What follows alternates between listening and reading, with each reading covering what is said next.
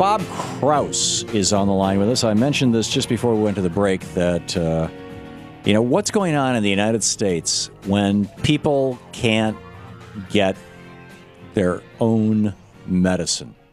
Bob, welcome to the program. Well, thank you. Rather than my telling your story, let me just turn it to you. What is the condition that you have? What is the medication you were taking, and why is it not available to you? I have a leukemia. The acronym CLL is short for chronic lymphocytic leukemia, and I'm taking a concentrated marijuana THC concentrate as a curative measure for the leukemia. Now, you say curative. This is not something that we know that pot, does things like, help glaucoma or help people with who are doing chemotherapy with the side effects. It restores appetite, things like that. But you're talking about actually knocking down leukemia? Yeah, that's what I'm talking about. I'm going to knock it down. Nobody's ever told me, nobody's ever said it doesn't cure it. And the information I've got is that it can. And so why not? Right. And so what we're talking about here is not just, smoking a joint once in a while. It is a very specific, there was a name for it. I thought I had highlighted the name. Apparently I hadn't. Phoenix Tears. Phoenix Tears. Thank you very much. That's a proprietary name. The fellow who is known for it, Rick Simpson, is a story everybody ought to find out about because he's convinced that it's cured his cancer. He's been persecuted for it then and ever since. And when I found out about this, and I met with the Phoenix Tears people here in my home back early on to try and get access to it, and laws and regulations and this, that, and everything else, well, nobody could help the patient. It always seems like the patient is the last one that gets dealt with in this matter, and everybody's running around making sure that the jails are full. And right. Now, just to establish the record here, you have leukemia. You have your physician gave you a prescription for marijuana. You live in a state where medical marijuana is legal, but there are limits on the amount. Correct me or stop me at any point if I have any of this wrong. But you live in a state where the amount of marijuana that you're allowed to own is, for your own medical purposes, is very tightly limited to relatively small amounts. And Phoenix Tears requires taking basically about a pound of pot and boiling it down to get an oil out of it, and then taking a tablespoon or so of that oil every day, because that's apparently the active ingredient that actually the claims are made actually can reverse some cancers. Do I have all that right? I believe that that's pretty accurate, yeah. Okay, so they busted you because you said that you had to grow 75 plants in order to have enough pot to boil it down to make this Phoenix Tears stuff, and they said, no, you're only allowed to have enough to smoke it to remediate symptoms. You can't have the higher potencies to use it as an actual remedy-type medicine. Is that correct? Actually, before, when they came in, I was treated as a criminal as soon as they hit the front door. And I was required to sit down and stay still and wasn't even allowed to get up and go and get a drink of water. They did get me a bottle of water. I was thankful for that. They asked about paperwork that I had, and I wasn't quite sure where it was. I got to get up to go get it for them, and they said, you sit there, I'll go get it.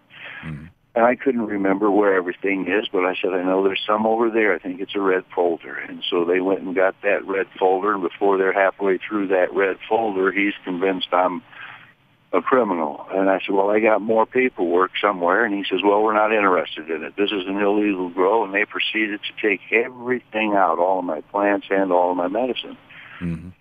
It's if I can explain to you what happened to me, especially for an audience that may not understand what's going on with medical marijuana for so many people. Sure, please do. My mother, 90 years old, is a woman that I've had to try to explain what's going on. She's needs 24/7 care, and managing stress in her life is one of the major responsibilities I have in being responsible for her life. And she couldn't understand. I said, "Mom, let me. I got to show it to you." So I left her bedroom, walked out, knocked on the door, and said, "May I come in?" And she says, "Well." I walked in and I said, "Oh, I'm with the pill police, ma'am. I see you've got some prescription drugs over there on your counter there." I said, "Do you have a prescription?" And she says, "Well, yes, I'm sure I do." He said, "Well, I need to see a copy of that prescription. And while you're at it, could I see the registration form that you have saying that you need to have this blood pressure medicine and this thyroid medicine and so forth and so forth?" And she says, "Well, what are you talking about?" And I said, "Well, I'm sorry, I have to inform you, these are illegal pills, and I'm going to have to confiscate them." And I took every pill she had in the house, in her bedroom there, and walked out the door with them and looked over my shoulder and said, "We'll be in touch." Right, and that's essentially what they did with you. And that's what they did with me. And they told me I didn't have right to any medicine. I said, "You have to take everything." Yep. Now, was your experience of taking the Phoenix Tears, this highly concentrated oil of marijuana, did you have any indication that it was actually curing your leukemia? Were there any medical tests done that indicated that your bone marrow was? I'm assuming you had leukemia is the cancer of the bone marrow, right? It's a blood. Or cancer of the blood, yeah, okay. Did you have any indication that it was actually reversing the condition? I have the luxury of having medical insurance and having access to some of the things that would, be nice to have be available for you. So I'm fighting this battle on my own, and I do know that the Phoenix Tears is a very effective. Research has been done on it that is very effective for leukemia. Mm-hmm. So I've met people that numbers of customers of mine over the years that have had cancers of one form or the other, that they've gone in for treatment, and so many of it, and so often it goes to a place where they have the chemotherapy and radiation, and so when I'd see them again afterwards and ask them how they were doing and what their experience was with that, they'd say, "Well, I'm glad I did it once, but I'd never do it again." And I'm just not sure that was ever an option for me. But sure. Without having health insurance, it kind of, So you have no health insurance, so you have not had an opportunity to have a series of blood tests, for example, over time that would tell you, before and after the Phoenix Tears. No, but I haven't. But I'm excited now, because I'm trying to work within the community here to the doctors that are ones that have put themselves as able to go see for various conditions to get approval for the card. That's great. Bob, we have just 5-10 seconds left.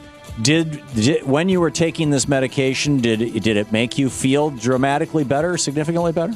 Oh yeah. There are times there are times I wake up and I look in my body and I see, well, I don't even see anything that hurts anywhere. It's kind of an exciting thing. Okay, Bob Crouse. Bob, thanks so much for sharing your story with us. I appreciate it. Okay. Good having you on.